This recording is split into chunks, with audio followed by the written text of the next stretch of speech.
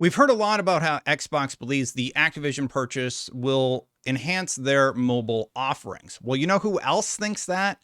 Google, and they offered $360 million to Activision to not make a mobile storefront. Let's talk about what happened right now.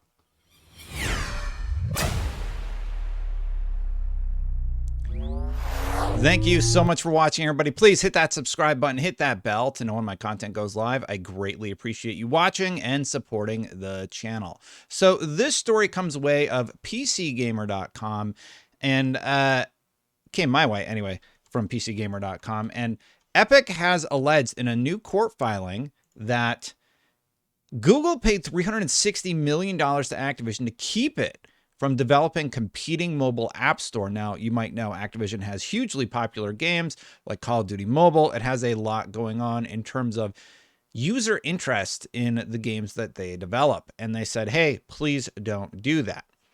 So continuing on here, Activision has dismissed as nonsense a claim by Epic Games that Google paid it $360 million in exchange for an agreement not to launch a mobile app store that would compete with Google Play.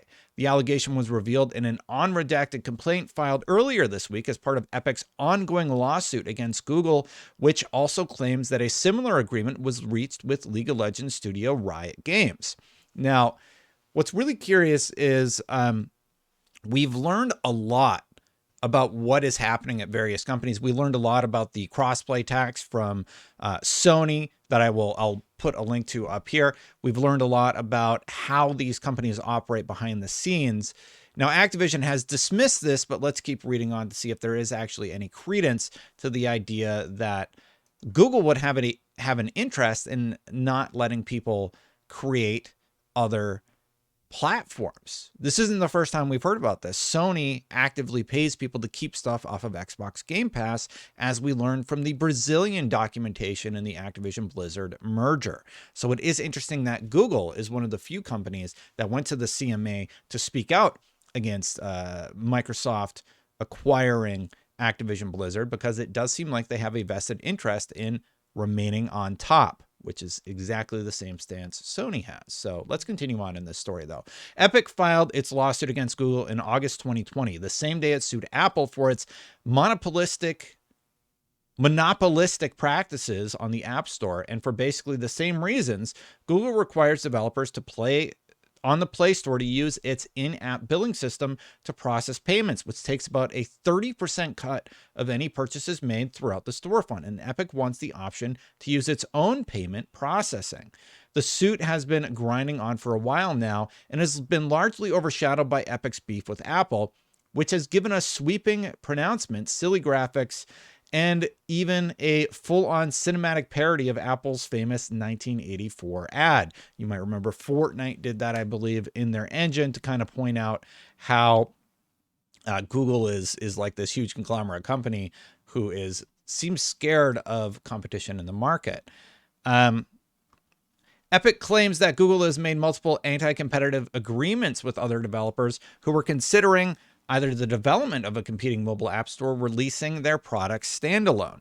Now, the reason they would want to do this is so that a game like Fortnite Mobile, which was just deleted off of the Apple Store, would be able to garner more revenue. They haven't been able to come to an agreement about that revenue split, but obviously 30% is a lot. It's not that crazy, but if you can figure out a way around that and you can keep that 30% revenue, why wouldn't you? So I think that's what they're working on. So some of these agreements were intended to and did stop developers from launching competing app stores, which is a per se violation of the antitrust laws, Epic's lawsuit states. Other agreements were intended to and did unlawfully stop developers from making Android apps and other unique content available outside of Google Play. Now, the only thing about this whole article is we only have one person's word to go off of. So we're talking about, I believe, this is the Epic lawsuit. Yeah, so this is the Epic lawsuit making these claims. Activision has called them nonsense. So are they true or are they not? That's sort of up to you, I suppose. But I don't know why Epic would have lied about something like that? Like, where did they get that figure? How would they just magically pull $360 million out unless they had some sort of knowledge about it? But what's their source? That's my question. The filing alleges that Activision was considering its own mobile distribution platform, which it expected would have better economics than Google Play, but dropped the idea after reaching a Project Hug deal with Google.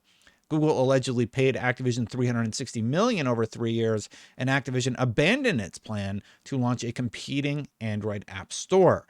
Also, according to Epic's lawsuit, Riot Games was considering a similar standalone path for League of Legends, but made a separate 8-figure deal with Google in exchange for dropping its plan. So they're going around and paying people a lot of money to not make competing app store options for customers.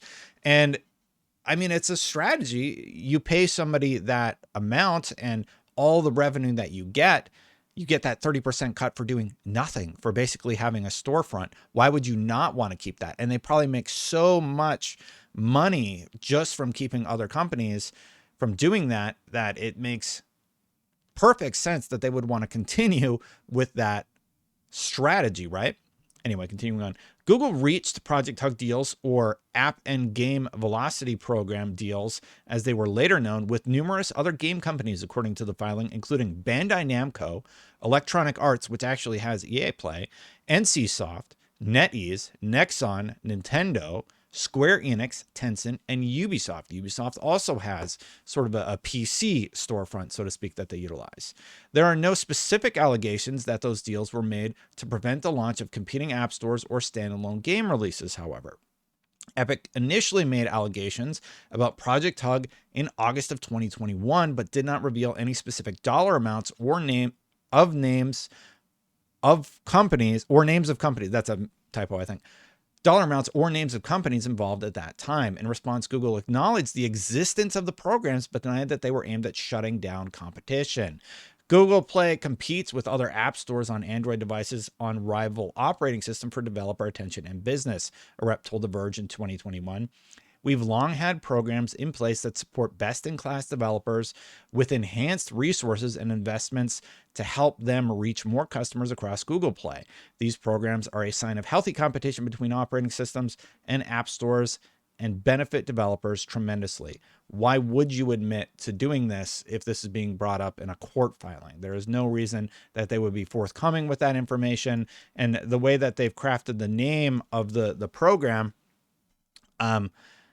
make it so it's very beneficial for them to just deny it, and it's a plausible deniability, right? So in my opinion, that makes sense.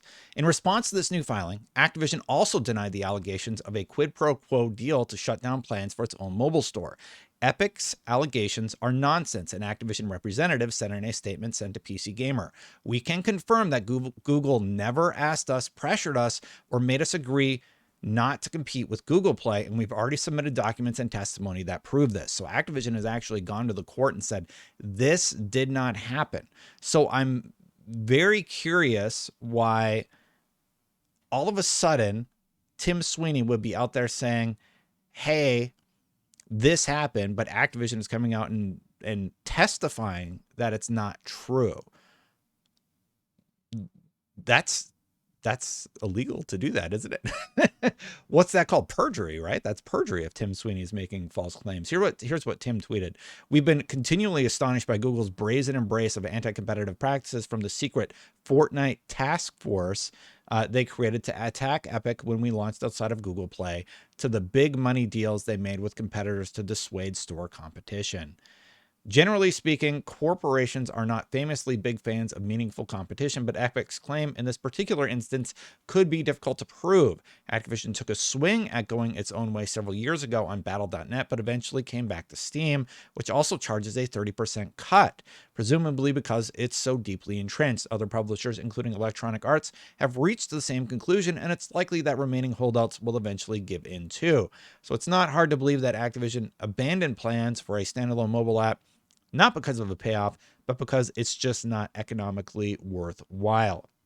So that's what's the most interesting. And Riot hasn't commented on Epic's allegation, but it's a really interesting story to sort of read through, right? My initial reaction was, hey, this seems plausible that Google would do this. It would be in their best interest. But seeing Activision go out of their way to testify in court that it's not true is sort of interesting. I wonder if there was a deal made, but Activision had actively planned to abandon the plan anyway. So that changed it. I'm not really sure what the truth is here, but to me, it just seems like I want to know where Apple got that, or not Apple, where Epic got that number. Where did it come from? So anyway, that's a story that I saw over the weekend. It's about Google paying a lot of money, and it seems like it's straight up not true based on the responses, but I can't wait to see this story develop more. Hopefully you'll hang out with me and continue learning about it. Thank you so much for watching, everybody. If you hit that subscribe button, hit that bell, you will know every time the story updates because I will make a video about it. Thank you so much for watching. I'm glad you enjoy my content. If you would like to become a member, memberships are turned on. Thank you so much to all of the members for supporting this channel. I do appreciate you very much. If you would like to support this channel further, you can click that join button right down there. Everybody who joins as a member basically gets access to all of these videos with ads turned off. I just turn off the ads for you. And that's a very easy thing for me to do. And then you can choose to support or not. But anyway, you even support just by hitting that subscribe button or watching these videos. So thank you so much. I appreciate you. I'm going to get out of here. Before I go, here's one of the earlier videos I did about this lawsuit. There's a lot of really interesting stuff in this court case. So check it out. You're not going to want to miss it, and you're not going to want to miss the next video. But for now, I'm out of here. Bye for now, everybody.